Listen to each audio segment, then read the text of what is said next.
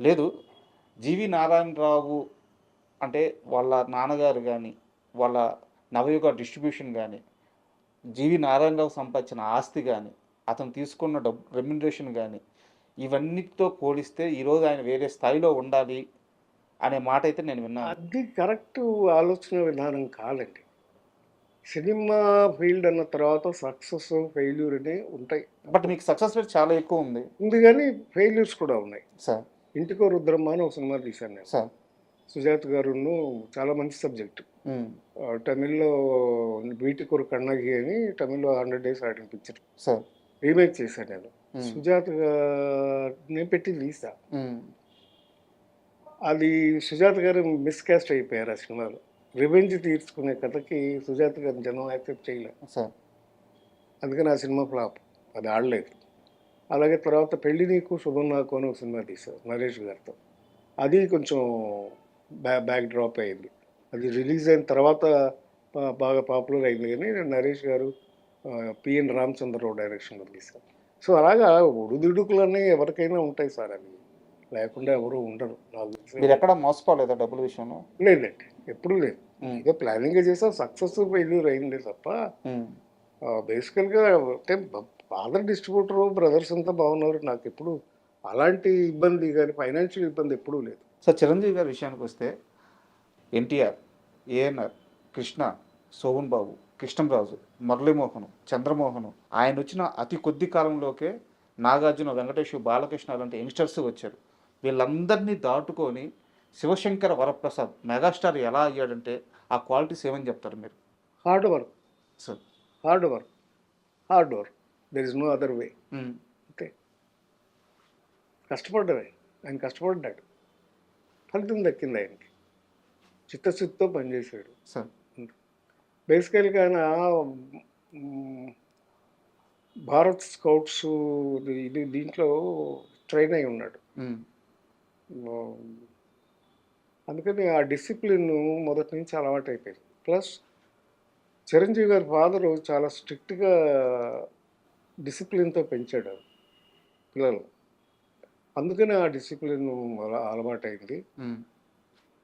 లక్కీగా సురేఖ్ గారు భార్య కావటం, ఆ అమ్మాయి చాలా చాలా సిస్టర్‌లాగా ఆ అమ్మాయి ఎంతో ఓపికగా ఆయనకి ఎప్పుడొచ్చినా, లేట్‌గా వచ్చినా, ఎలా చేసినా ఆయనకి చాలా బాగా చూసుకుని సార్. ఆహ్, ధర్మపత్నిగా అమ్మాయి చేసిన సేవ హ్మ్. అంతా ఇంతా కాదు.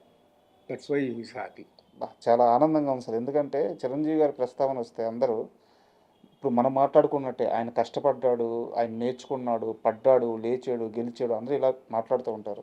అయితే ఆయన జీవిత భాగస్వామిగా సురేఖ గారి కష్టం గురించి చాలా తక్కువ మంది మాట్లాడతారు. మీరు చాలా దగ్గరగా ఉన్న మనిషి కాబట్టి ఆమె ప్రస్తావన తీసుకొచ్చారు.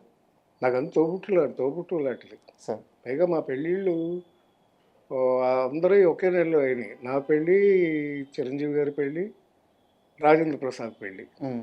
మా ముగ్గురు పెద్ద పిల్లలు చిరంజీవి గారి పెద్దమ్మాయి, నా కొడుకు, రాజేంద్ర ప్రసాద్ కొడుకు. ముగ్గురు ఒకే నెలలో పుట్టారు. సార్. ముగ్గురు మేము మున్సిపాలిటీకి షూటింగ్ చేస్తున్నాం. హ్మ్. ఇక్కడే సంజీవ్ రెడ్డి నగర్‌లో. హ్మ్. అదే షూటింగ్‌లో ముగ్గురు పిల్లలు పుట్టారు. ఆ ముగ్గురిని కూడా పార్టీలు చేసుకున్నాం. సార్. అలాగా కోయిన్సిడెన్స్ ఇయన్నీ. So, we had a good life. Chiranjeevi గారికి సక్సెస్‌లు ఉన్నాయి, ఫెయిల్యూర్ ఉన్నాయి. మధ్యలో ఒక పీరియడ్‌లో కొన్ని ఫ్లాపులు బాగా పడ్డాయి. సార్. సరిగ్గా ఎప్పుడంటే 'హిట్లర్‌కి' ముందు. హిట్లర్‌కి ముందు. హిట్లర్ నుంచి సెకండ్ ఇన్నింగ్స్ అంటారు. ఆ! 'హిట్లర్‌కి' ముందు చాలా వస్తే ఫ్లాపులొస్తే కొన్నాళ్ళు ఒక 6 నెలలు అసలు షూటింగ్ చేయలేదు ఆయన. సార్. బెంగుళూరు వెళ్ళిపోయి బెంగుళూరులో ఆయనకి రిసార్ట్ ఉంది. అది మా బ్రదరు కట్టారు 'అలంకృత' అని. హ్మ్. అందులో ఆయనకి హౌస్ ఉంది. సొంత హౌసు. 4 ఎకరాలు సైట్‌లో ఇల్లుంది. అక్కడికెళ్ళిపోయి అక్కడే ఉండిపోయారు. హ్మ్. గ్యాప్ తీసుకున్నారు. గ్యాప్ తీసుకున్నారు. 6 నెలలు గ్యాప్ తీసుకొని అప్పుడు 'హిట్లర్' సబ్జెక్టు మీద వర్కౌట్ చేసి సార్. సక్సెస్ తీసుకొని తిరిగొచ్చి అక్కడి నుంచి మళ్ళీ ఆగలేదు. సార్. 'హిట్లర్' తర్వాత ఇమ్మీడియేట్‌గా ఇక సక్సెస్‌లొచ్చినాయి మళ్ళీ. యాక్చువల్‌గా ఇప్పుడు మీరు హిట్లర్ అన్నారు కదా సార్! కానీ దానికంటే ముందు అంటే చిరంజీవి అప్పటికి ఇంకా మెగాస్టార్ కూడా కాలేదు. చిరంజీవిని మెగాస్టార్ చేసిన సినిమాలు 'పసివాడి ప్రాణం', 'యముడికి మొగుడు' ఇలాంటి కొన్ని సినిమాలు ఉన్నాయి. ఉమ్, ఆ? But gang leader. Gang leader, but ఆ ఫేజ్ స్టార్ట్ అవ్వడానికి కారణం ఆ ఫేజ్ నారాయణరావు అంటే ఒప్పుకుంటారు. నేను కాదు కాదు ఆయన ఆయన స్వయం కృషి, కానీ మనం పసివాడు కూడా ప్రాణం పార్టిసిపేట్ చేస్తాం. పసివాడు ప్రాణం సినిమా చిరంజీవి గారికి పడకపోయి ఉంటే అది ఆ వరుస అట్లా అంటే సక్సెస్లు. అట్లాగా లెక్క వేయలేం కానండి. ఆ పసివాడు ప్రయాణం చేయడానికి ముఖ్య కారణం నేనే. ఎందుకంటే అది యాక్చువల్గా నేను తీద్దామని నేను వెళ్ళి ఫాజిల్ గారి దగ్గర రైట్స్ కొనుక్కొచ్చాను. అది మలయాళంలో ఆయనే తీశారు. అమ్మాయి సుజిత అనే పిల్ల. అయితే నేను అరవింద్ గారికి చెప్తే, నేను సరే నారాయణరావు అంటే, నేను డబ్బు తీసుకెళ్ళి ₹1,00,000 ఆ రోజుల్లో పసివాడి పురాణం ఉన్నాయి మలయాళం దగ్గర, ఆయన ఫాజిల్ గారి దగ్గర రైట్స్ కొనుక్కొని తీసుకొచ్చాను. తీసుకొచ్చి చిరంజీవి గారికి మెడ్రాస్లో చూపించాం. ఆయన అన్నారు, ఏం నారాయణరావు పాటలు లేవు. ఆ ఒరిజినల్ సినిమాలో సత్యరాజు గారు చేశారు తమిళ్లో. అయితే ఆయనకి పాటలు గీటలు అవసరం లేదు. పాటలు లేవు, ఫైట్లు లేవు, మరి నన్ను ఎట్లా యాక్సెప్ట్ చేస్తారు జనం అనేది ఆయన డౌట్ పడ్డాడు. లేదు చిరు, నేను ఒకటే మాట చెప్పాను, ఏమంటే నీకు పిల్లల మనసులో నువ్వు ముద్ర వేసుకున్నావు. పిల్లల కోసం నువ్వు ఏ సాక్రిఫైస్ చేసినా అది నీకు హైలైట్ అయిపోతుంది సినిమా. ఈ సబ్జెక్ట్గా చూడు అంతే. అది కథ ఏంటంటే, ఒక ఇన్నోసెంట్ మూగ పిల్లవాడిని సేవ్ చేయడమే కథ. ఇంకా మిగతా ఏమక్కర్లేదు. అదే హీరోయిజం, అదే హీరో, అదే హీరో. నువ్వే నీకు అంత మంచి పేరు వస్తుంది ఈ సినిమా చేయమంటే సరే అన్నారు. కానీ ఈలోపు చక్రవర్తి అనే సినిమా షూటింగ్కి బాంబే షూటింగ్ వెళ్ళారు. ఈలోపు ఏం చేశాడు, నా ఫ్రెండే హరిప్రసాద్ అని, నా పార్ట్నరే, వాడేం చేశాడు, డబ్బింగ్ రైట్స్ కొనుక్కొచ్చాడు తమిళ సినిమాది. తీసుకొచ్చేసి షూటింగ్ స్టార్ట్ చేసాడు. ఎవరితో? కృష్ణరాజు గారితో. ఇదే పసివాడి ప్రాణమే. వెళ్ళిపోయి షూటింగ్ స్టార్ట్ చేశాడు. కోదండరావు రెడ్డి గారు డైరెక్టర్. షూటింగ్ మొదలు పెట్టేశారు. నాకు తెలిసింది షూటింగ్ మొదలు పెట్టారని. అదేంటిది, నేను రైట్స్ కొనుక్కుంటే అంటే ఆడి డబ్బింగ్ రైట్స్ ఉంది అతనికి, అందుకని డబ్బింగ్ రైట్స్ కొంటే స్ట్రైట్ సినిమా తీయకూడదు. పైగా ₹1,00,000 పెట్టి కొన్నాను ఆ రోజు. 1,00,000 అంటే తక్కువేం కాదు. అంటే సరే, నేను బాంబేకి ఫోన్ చేశాను అరవింద్ గారికి. అరవింద్ గారు డాక్టర్ గారు ప్రొడ్యూసర్ దాకా చక్రవర్తి. అరవింద్ గారు ఇట్లా వాళ్ళు మొదలు పెట్టారు అంటే, ఆ చిరంజీవి గారికి కూడా పెద్దగా ఇంట్రెస్ట్ లేదు కదా, వదిలేద్దాంలే నారాయణరావు అన్నాడు. వదిలేస్తే ఎందుకు? నేను చెప్పాను, లేదు అరవింద్ గారు, నేను ఈ సబ్జెక్ట్ మాత్రం వదను. చిరంజీవి గారితో తీయాలి సినిమా, ఇంకెవరితో తీసినా కుదరదు.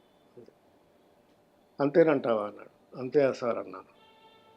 సరే కానీ అయితే మేము షూటింగ్ నుంచి వచ్చేసేసాక మనం కూర్చొని డిసైడ్ చేద్దామండి. ఈ లోపు నేను చేయాల్సిన పనులు ఉన్నాయని చెప్పి ఇమీడియట్గా నేను నెక్స్ట్ ఫాజిల్ గారికి ఫోన్ చేసి, ఫాజిల్ గారి ఒరిజినల్ డైరెక్టర్, ఈ సుచిత అనే అమ్మాయి అడ్రస్ తీసుకుని, చిన్నపిల్లది, ఇప్పుడు 5 పిల్ల. అప్పుడే అమ్మాయి కేరళ నుంచి ట్రైన్లో వస్తే వెళ్ళి నేను ఆ అమ్మాయిని కిడ్నాప్ చేశాను స్టేషన్కి. వాళ్ళ అమ్మని ఆవిడని కిడ్నాప్ చేసి తీసుకెళ్ళి వాళ్ళకి ఒక 5,000 ఇచ్చారు ఆ రోజు. వారి సినిమాకి వచ్చారా వాళ్ళు? కృష్ణరాజు గారి సినిమాకి వచ్చారా? కాదు, మామూలుగా వచ్చారు. వాళ్ళు ఇంకా పిల్ల దాకా వెళ్ళాల. ఎవరు? కృష్ణరాజు గారితో ఓపెనింగ్ చేశారు. ఓకే, ఒక షాట్ తీశారు. వాహిని స్టూడియోలో ఇది ఉంటుంది, గుడి ఉంటుందా, వినాయకుడు గుడి ఉంటుంది, అక్కడ ఓపెనింగ్ షాట్ తీసి క్లాప్ కొట్టారు. నేను సుజితని బ్లాక్ చేస్తాను ఫస్ట్. తర్వాత రఘువరన్, అప్పటికే నేను సినిమాలు చేస్తున్నాను రఘువరన్తో. రఘువరన్ ఫోన్ చేసి రఘువరన్ బ్లాక్ చేశాను. రఘువరన్, నేను తీస్తున్నాను ఈ సినిమా, నాకు కావాలి.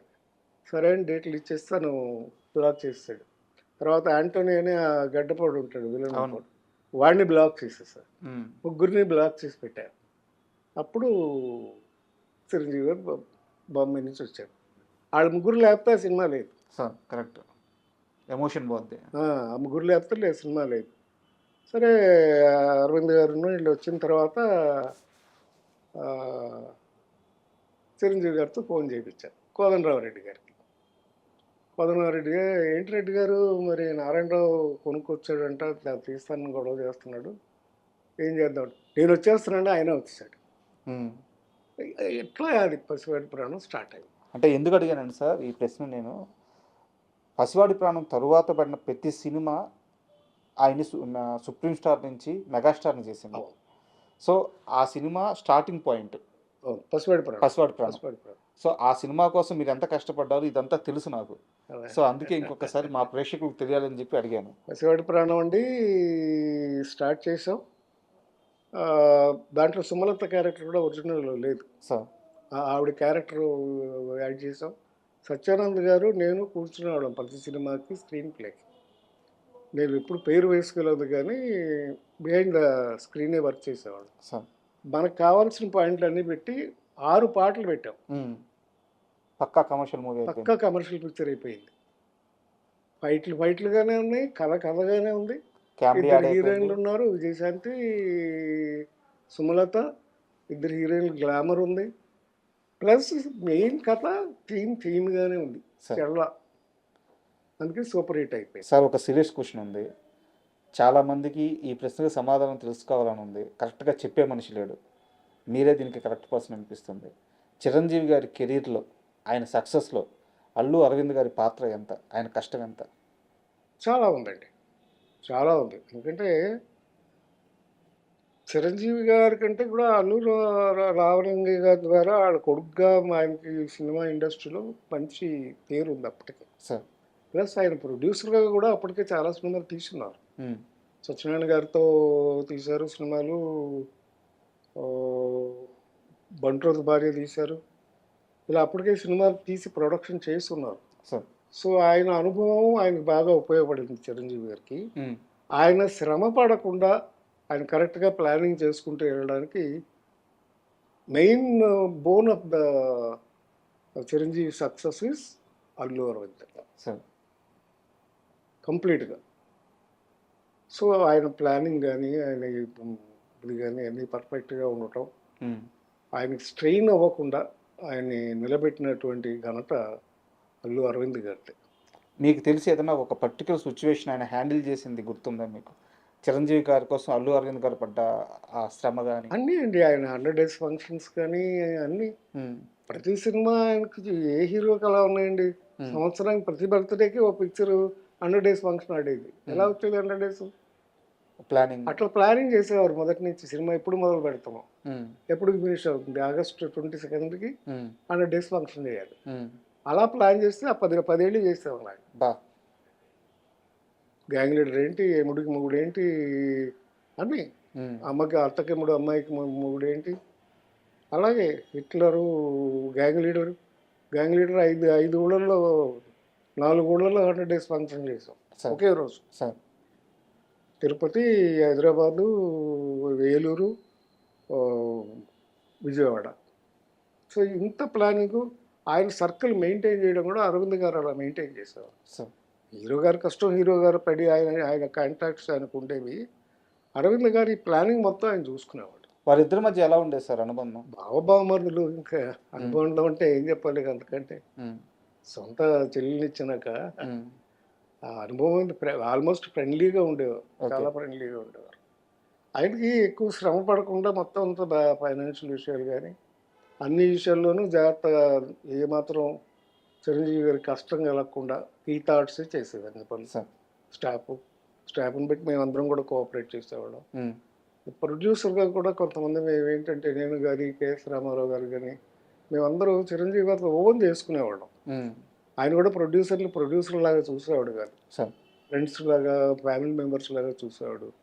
సో నేనైతే ఆల్మోస్ట్ ఒక రోజులో 12 గంటలు ఆయనతోనే ఉండేవాడిని ప్రతిరోజు.